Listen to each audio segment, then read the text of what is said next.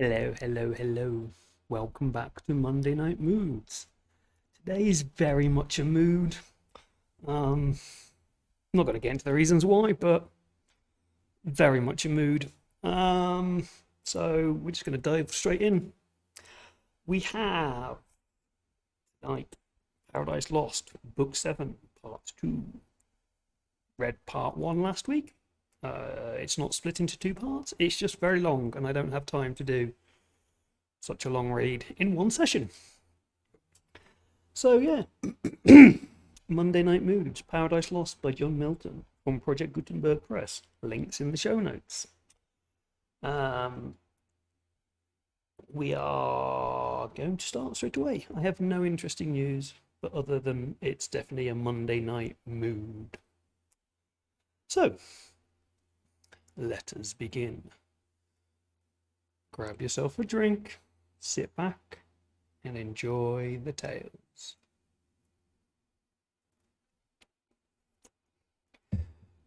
To whom thus Eve, yet sinless, of the fruit of each tree in the garden we may eat, but of the fruit of this fair tree amidst the garden God hath said, Ye shall not eat thereof, nor shall ye touch it, lest ye die. She scarce had said, though brief, what now more bold the tempter, but with shew of zeal and love to man and indignation at his wrong, new part puts on, and as to passion moved the fluctuates disturbed, yet comely, and in act raised as of some great matter to begin. Sorry, my fan is a bit too strong.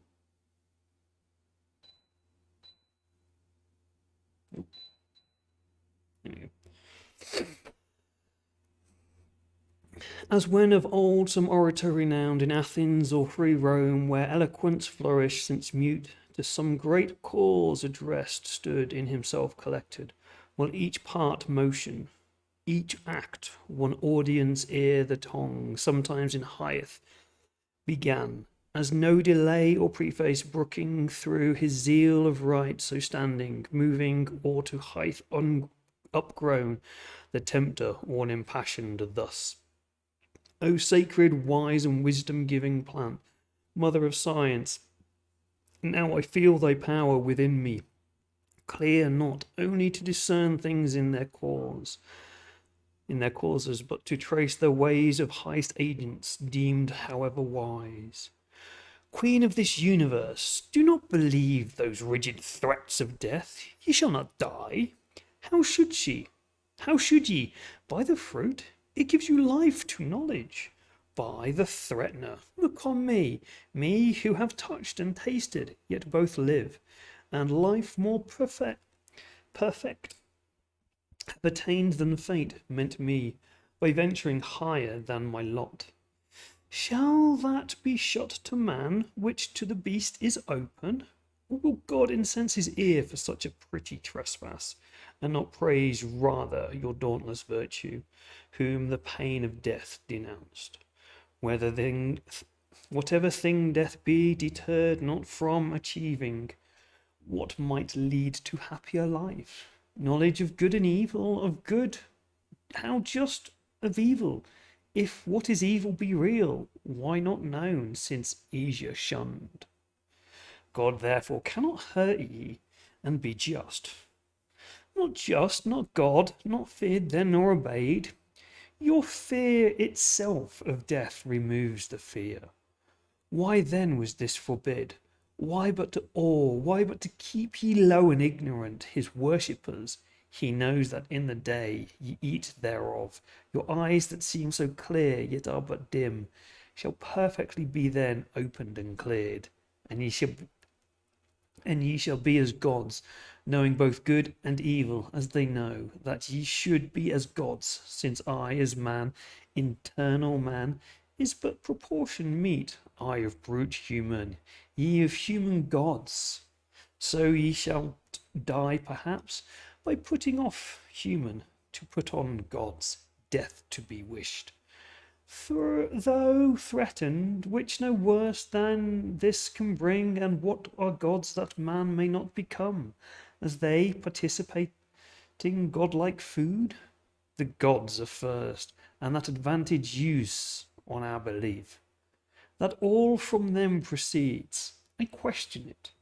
For this fair earth I see, warmed by the sun, producing every kind, them nothing.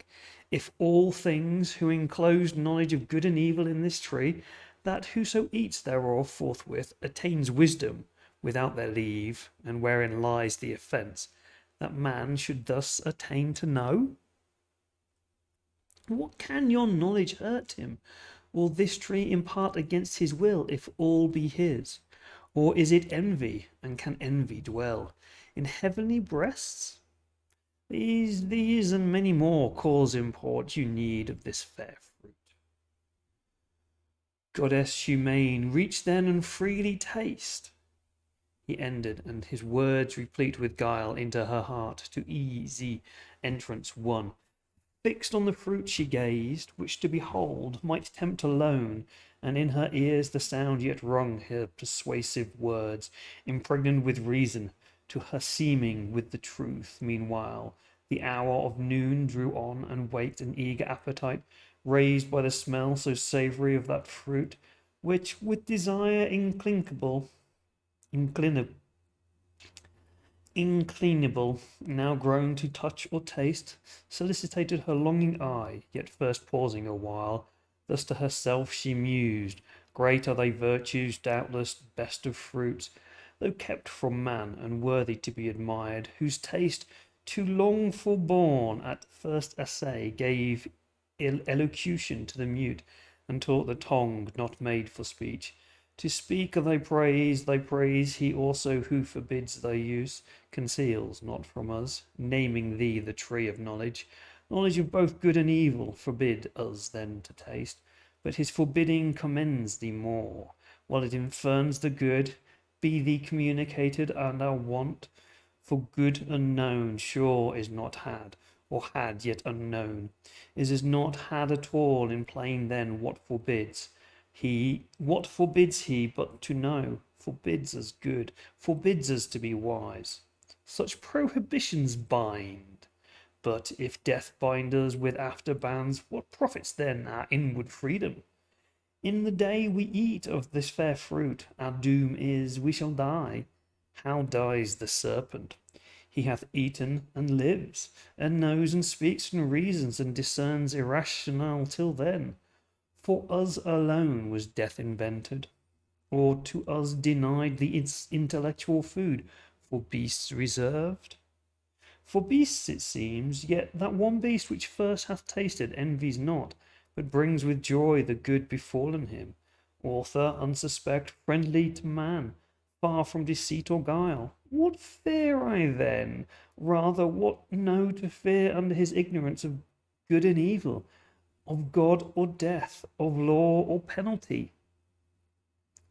Here grows the cure of all, this fruit divine, fair to the eye, inviting to the taste, of virtue to make wise. What hinders then to reach and feed at once both body and mind? So saying, her rash hand in evil hour forth reaching to the fruit, she plucked, she eat. Earth felt the wound, and nature from her seat, sighing through all her works, gave signs of woe, that all was lost. Back to the thicket slunk the guilty serpent, and well might, for Eve intent now wholly on her taste, nought else regarded such delight till then, as seemed in fruit she never tasted, whether true or fancied, so through expectation high of knowledge, nor was Godhead from her thought. Greedily she engorged without restraint, and knew not eating death, satiate at length, and heightened as with wine, jocundum boon. Thus to herself she pleasingly began: O sovereign, virtuous, precious of all trees in paradise, of operation blessed to sapience, hitherto obscured, infamed, and thy fair fruit let hang, as to no end created, but henceforth my early care, not without song, each morning and due praise shall thee tend, and the fertile burden ease of thy full branches offered free to all, till dieted by thee I grow mature in knowledge, as the gods who all things know, though others envy what they cannot give. For had the gift been theirs, it had not here thus grown. Experience next to thee I owe, best guide, not following thee, I had remained in ignorance. Thou openest wisdom's way and givest access. Thou secret she retire, and I perhaps am secret. Heaven is high, high and remote to see from thence distinct. Each thing on earth and other care perhaps may have diverted from continual watch our great forebearer, safe with all his spies about him. But to Adam in what sort shall I appear? Shall I to him make known as yet my change, and give him to partake full happiness with me? Or rather not, but keep the odds of knowledge in my power without copanta? So to add what wants in femal sex, the more to draw his love, and render me equal, and perhaps a thing not undesirable, sometimes superior for inferior who is free. This may well be, but what if God have seen and death ensure? Then I shall be no more, and Adam wedded to another Eve shall live with her enjoying, I extinct, a death to think. Confirmed then I resolve, Adam shall share with me in bliss or woe. So dear I loved him, that with him all deaths I could endure, without him live no life. So saying from the tree her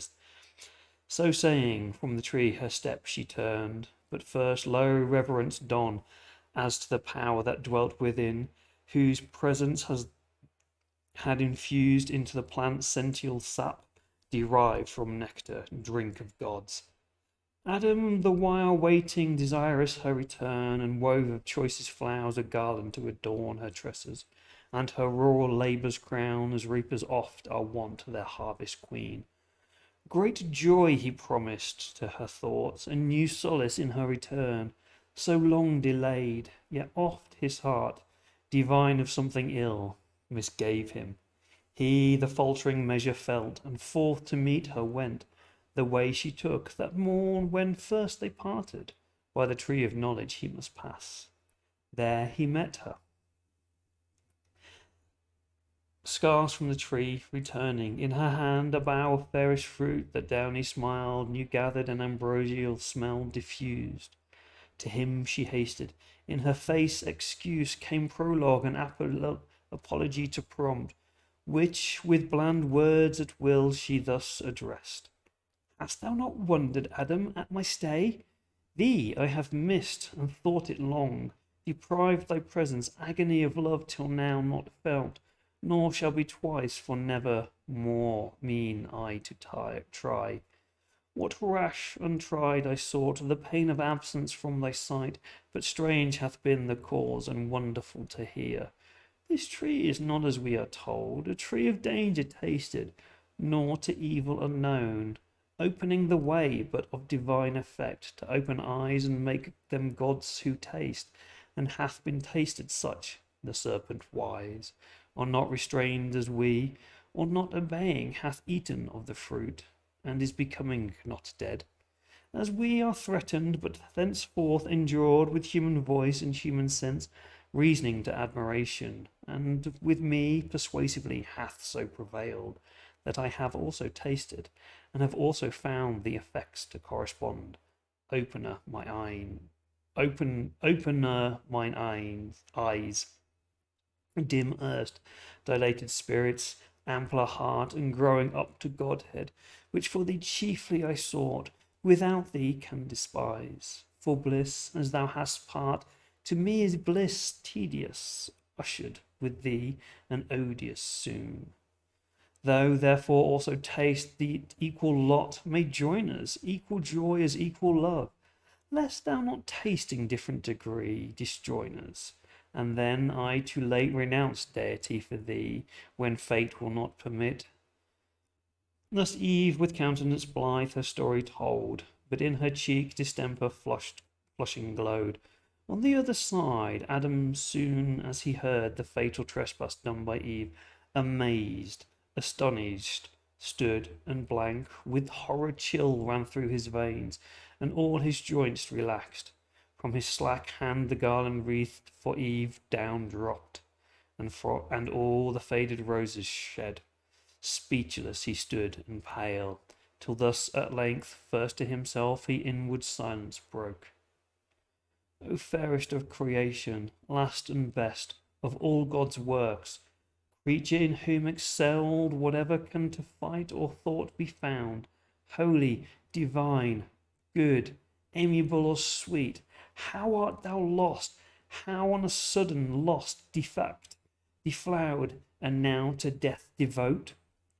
Rather, how hast thou yielded to transgress the strict forbiddance, how to violate the sacred fruit forbidden? Some cursed fraud of enemy hath beguiled thee, yet unknown, and me with thee hath ruined, for with thee certain my resolution is to die. How can I live without thee? How forego thy sweet converse and love so dearly joined, to live again in these wild woods forlorn? Should God create another Eve, and I another rib afford, yet loss of thee would never from my heart. No, no, I feel the link of nature draw me, flesh of flesh, bone of my bone thou art, and from thy state mine shall never be parted, bliss or woe. So having said, as one from sad dismay recomforted, and after thoughts disturbed submitting to what seemed remediless, thus in calm mood his words to Eve he turned. Bold deed, thou hast presumed, adventurous Eve, and peril great provoked. Who thus hast dared, had it been only coveting to eye that sacred fruit, sacred to absence, much more to taste it underbane to touch, but past, who can recall or don undue? Not God omnipotent, for fate, yet so perhaps thou shalt not die. Perhaps the fact is not so heinous now, for tasted fruit, profaned first by the serpent, by him first made common and hallowed, ere one tastes, nor yet on him found deadly. Yet he lives, lives as thou say'st, and gains to live as man higher degree of life, inducement strong to us, as likely tasting to attain proportional ascent, which cannot be but to gods or angels, demigods, nor can I think that God, creator wise, though threatening, will in earnest so destroy us, his prime creatures, dignified so high, set over all his works, which, in our fall for us created, needs with us must fail. Dependent made, so God shall uncreate, be frustrate, do, undo, and labour loose, not well conceived of God, who through his power creation could repeat, yet would be loath us to abolish, lest the adversary triumph, and say, fickle their state whom God most favours, who can please him long? Me first he ruined, now mankind, whom will he next? Matter of scorn, not to be given the foe. However, I with thee have fixed my lot, certain to undergo like doom, if death consort with thee. Death is to me as life, so forcible within my heart I feel, the bond of nature draw me to my own in thee, for what thou art is mine. Our state cannot be served, we are one flesh. To lose thee were to lose myself. So Adam, and thus Eve to him replied, O glorious trial of exceeding love, illustrious evidence, example high, engaging me to emulate, but short of thy perfection, how shall I attain, Adam?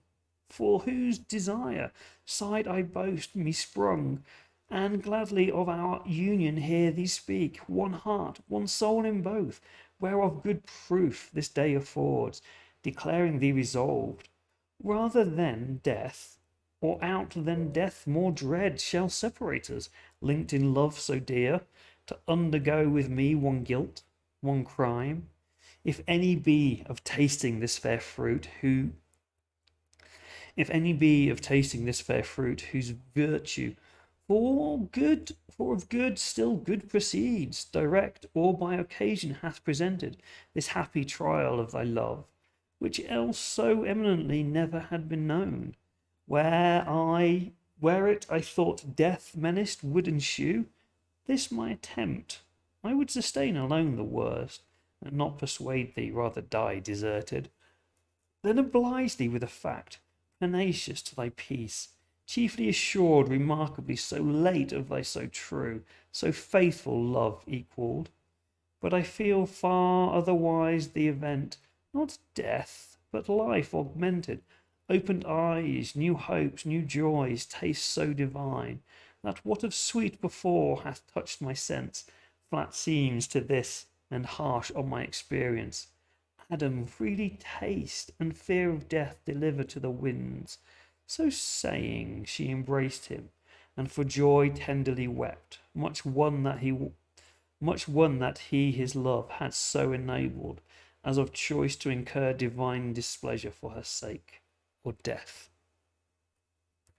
In recompense for such compliance such recompense best merits. For the bough she gave him of that fair enticing fruit with liberal hand, he scrupled not to eat against his better knowledge, not deceived, but fondly overcome with female charm. Earth trembled from her entrails, as again in pangs, and nature gave a second groan. Sky lowered, and muttering thunder some sad drops wept at completing of the mortal sin original. While Adam took no thought, eating his fill, nor Eve to iterate her former trespass feared, the more to soothe him with her loved society.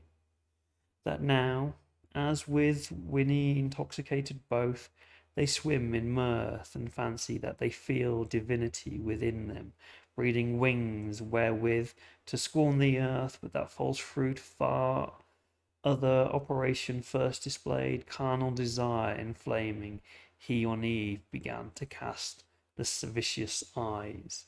She him as wantonly repaid, in lust they burn, till Adam thus gave Eve to dalliance move. Eve, now I see thou art exact of taste, and elegant of sapience no small, since to each meaning savour we apply, and palate call judicious. I thee praise yield thee. So well this day thou hast purveyed, much pleasure we have lost, while we abstain from this delightful fruit, nor known till now true relish, tasting if pleasure be in things to us forbidden. It might be wished for this one tree had been forbidden 10, but come, so well refreshed, now let us play, as meet is, after such delicious fare. For never did thy beauty since the day I saw thee first and wedded thee, adorned with all perfections, so inflame my sense with ardour to enjoy thee, fairer now than ever, bounty of this virtuous tree. So said he, and forbore not a glance or toy of amorous intent, well understood of Eve, whose eyes darted contagious fire. Her hand he seized, and to the shady bank, thick overhead with verdant roof embowed, he led her nothing loath. Flowers were the couch, pansies and violets, and asphodel and hyacinth, earth's freshest soft lap. There fill of love and love's disport, took largely of their mutual guilt the seal, the solace of their sin, till dewy sleep oppressed them, wearied with their amorous play. Soon as the force of that fallacious fruit, that when exhilarating vapour band about their spirits had played, and inmost powers made was now exhaled, the gossamer sleep, bred of unkindly fumes, with conscious dreams encumbered, now had left them. Up they rose as from unrest, and each their other viewing, soon found their eyes now opened, and their minds how darkened innocence, that, as a veil had shadowed them from knowing ill, was gone. Just confidence and native righteousness and honour from about them naked left a guilty shame he covered, but his robe uncovered more. So rose the donate strong Herculean Samson from the harlot lap of Philistinian Dahlia, and waked shorn of his strength. They destitute and bare of all their virtue, silence and in the face confounded long the state, as struck and mute, till Adam, though not less than Eve abashed, at length gave utterance to these words constrained. O Eve, in evil hour thou didst give care to that false wisdom of whomsoever taught to counterfeit man's voice, true in our fall, false in our promised rising. Since our eyes opened, we find indeed, and find we know both good and evil, good lost and evil got, bad fruit of knowledge. If this be known, go away. If this be to know which leaves us naked thus, of honour void, of innocence, of faith, of purity, our wanton ornaments now solid and stained, and in our faces evident the signs of foul concupiscence, whence evil store, even shame, the last of evils of the first. Be sure then, how shall I behold the face henceforth of God or angel, erst with joy and rapture so oft beheld? These heavenly shapes will dazzle now this earthly with their blaze insufferable bright. Oh, might I here in solitude live savage in some glad obscured, where highest woods impenetrable to star or sunlight spread their umbrage broad and brown as evening. Cover me, ye pines, ye cedars, with innumerable boughs. Hide me where I may never see them more. But let us now, as in bad plight, devise what best may be for the present serve to hide the parts of each from other, that seem most to shame obnoxious and unseemliest seen. Some tree whose broad smooth leaves together sewed and girded on our loins may cover round these middle parts, that this newcomer shame there sit not and reproach us as unclean. So counselled he, and both together went into the thickest wood. There soon they chose the fig tree, not that kind of fruit renowned, but such as this day to Indians known in Malabar or Deccan, spreads her arms, branching so broad and long, that in the ground the bended twigs take root, and daughters grow in the mother tree, a pillared shade high overarched, and echoing walks between. There oft the Indian herdsman, shunning heat, shelters in cool, and tends his pasturing herds at loopholes cut through the thickest shade. These leaves they gathered, broad as the Amazonian Taj, and with what skill they had, together sewed to gird their waist. Vain covering, if to hide their guilt and dreaded shame. Oh, how unlike to that first naked glory! Such of late Columbus found the American to girt with feathered cincture, naked else and wild, among the trees on hills and wooded shores, thus fenced, and, as they thought, their shame in part covered not as rest or ease of mind, they sate them down to weep. Not only tears rained at their eyes, but high winds worse within began to rise, high passions, anger, hate, mistrust, suspicion, discord, and shook sore their inward state of mind. Calm region once and full of peace, now tossed and turbulent, for understanding ruled not, and the will heard not her law, both in subjection now to sensual appetite, who for beneath usurping over sovereign reason claimed superior sway. From thus distempered breast Adam estranged in look and altered style, speech intermitted thus to Eve renewed. Wouldst thou hast hearkened to my words, and stayed with me as I besought thee, when the strange desire of wandering this unhappy morn, I know not whence possessed thee, we had then remained still happy, not as now despoiled of all our goods, shamed, naked, miserable. Let none henceforth seek needless cause to approve the faith they owe. When earnestly they seek such proof, conclude they then begin to fail. To whom sun moved with touch of blame thus Eve, what words have passed thy lips, Adam? Oops. Adam severe, impurest thou, that to my default or will of wondering, as thou callest, which who knows but might as ill have happened, thou being by, or to thyself perhaps hast thou been here, or bear the attempt thou couldst not have discerned fraud in the serpent, speaking as he spake.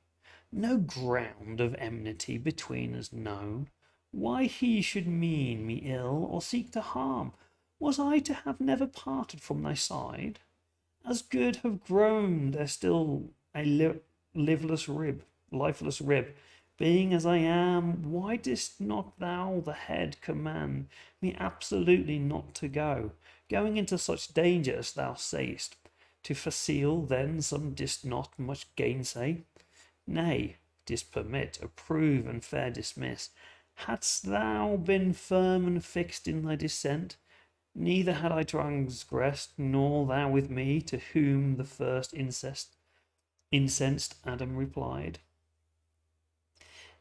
To whom then first incensed Adam replied, in this love, is this recompense of mine to thee, ingrateful Eve, expressed immutable when thou wert lost?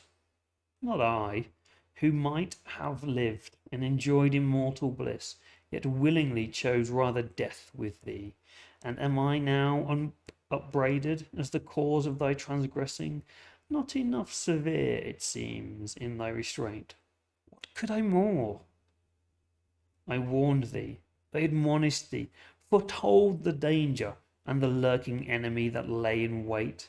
Beyond this had been false, and force upon free will hath here no place. But confidence then bore on thee, secure either to meet no danger or to find matter of glorious trial. And perhaps I also erred in overmuch admiring what seemed to be thee so perfect, that I thought no evil durst attempt thee. But I rue that error now, which is become my crime, and thou the accuser. Thus it shall befall him who, to worth in women overtrusting, lets her will rule. Restraint she will not brook, and left to herself, if evil thence ensue, she first his weak indulgence will accuse.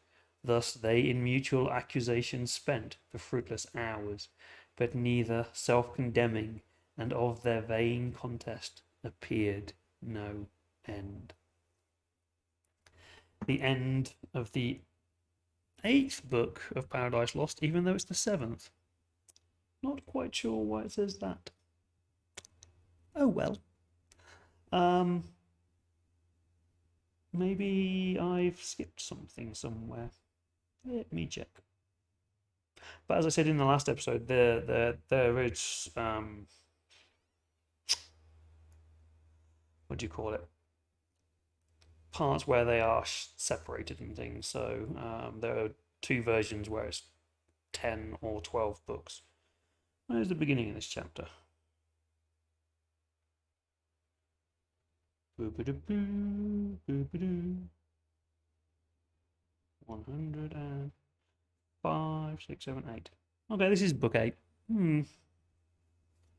Maybe I missed out book 7. Whoops. Anyway, that was a 2-parter. It probably should have been book 8. I don't know. Anyway, I'll sort it out at some point. I might have to go back and check everything. So I hope you enjoyed that. We all know what happened. That's kind of like the well-known tale of patriotism, I suppose. Anyway, we shall be back next week. As I said, tonight is very much a mood. I am going to sign off. So I hope you enjoyed that. I shall be back next week for either actual book 7 or book 8 or book 9 or whatever it is. I don't know. Ta-ra.